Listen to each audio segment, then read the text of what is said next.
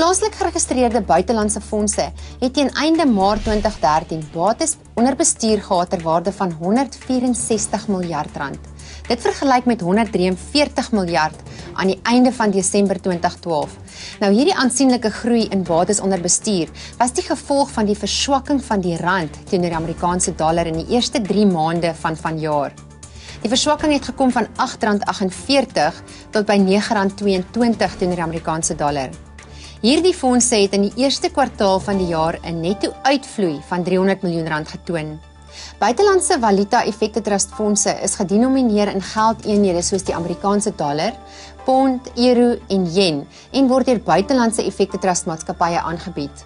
Hierdie fondse kan aktief aan Suid-Afrikaanse beleggers bemark word net as hulle by die Raad op Finansiële Dienste geregistreer is.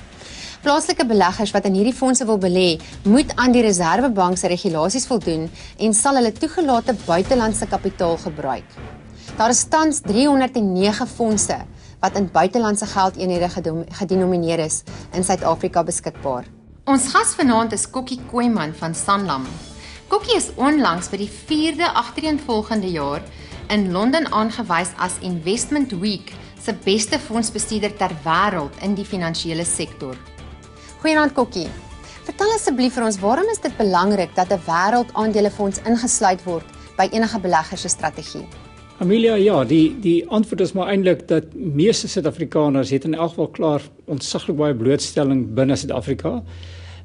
En die tweede rede is maar in die buiteland kry jy toegang tot lande wat vinniger groei of lande of sektore, maatskappye wat goedkoper gewaardeer is. En dan die belangrikste ook is jy kry toegang tot aandele wat jy nooit in Suid-Afrika sou kan koop nie, soos byvoorbeeld Apple, Microsoft, BP. Dus daar's net soveel meer geleenthede in die buiteland. Is daar meer risiko in so 'n fonds as byvoorbeeld in 'n plaaslike effekte trustfonds? Ja, die risiko is maar eintlik dat jy belê in lande wat jy nie baie kennis van het nie. En dan die tweede een is maar dat jy belê te veel verskans, te veel diversifiseer. Maar die algemeen is ek dink daar minder risiko buite Suid-Afrika as binne Suid-Afrika. Maar hoe maak jy sin van hierdie groot aardbol van ons en waar begin jy as jy geleenthede soek? Ja, Amelia, hieroor kan ons eintlik 'n uur praat, maar in wese is die belangrikste dat jy eers jou beleggingsfilosofie reg kry. Jy moet weet waarvoor jy soek, watter tipe maatskappye soek jy, en dan moet jy 'n proses hê. En die proses is maar basies gedrewe deur jou filosofie weer. Dus jy kyk na sê maar waardeaandele en dan skakel jy alles wat duur is uit, alles wat jy nie verstaan nie, skakel jy uit, alles in sekere sektore wat jy nie van hou nie, skakel jy uit. So dit word baie gedryf deur daai hele proses.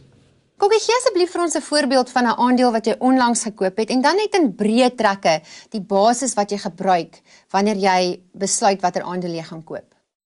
Ek sal sommer graag twee wil gee, twee heeltemal uiteenlopende maatskappye. Microsoft is een en die ander een is 'n klein maatskappy in Indonesië, Panin Securitas.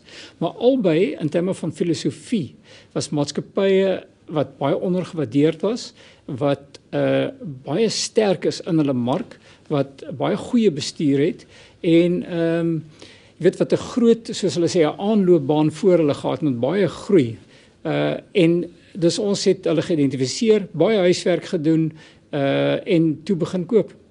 Volg julle 'n spesifieke beleggingsstrategie wanneer julle besluit oor die maatskappye wat julle gaan koop?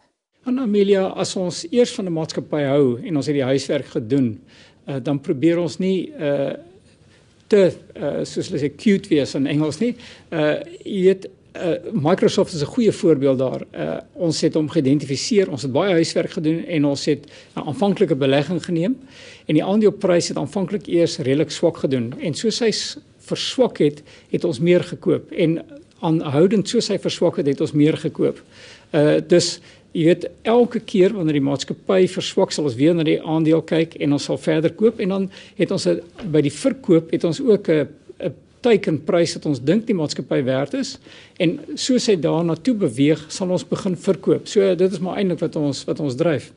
Baie dankie Kokkie, dit was 'n voorreg om met jou te kon praat.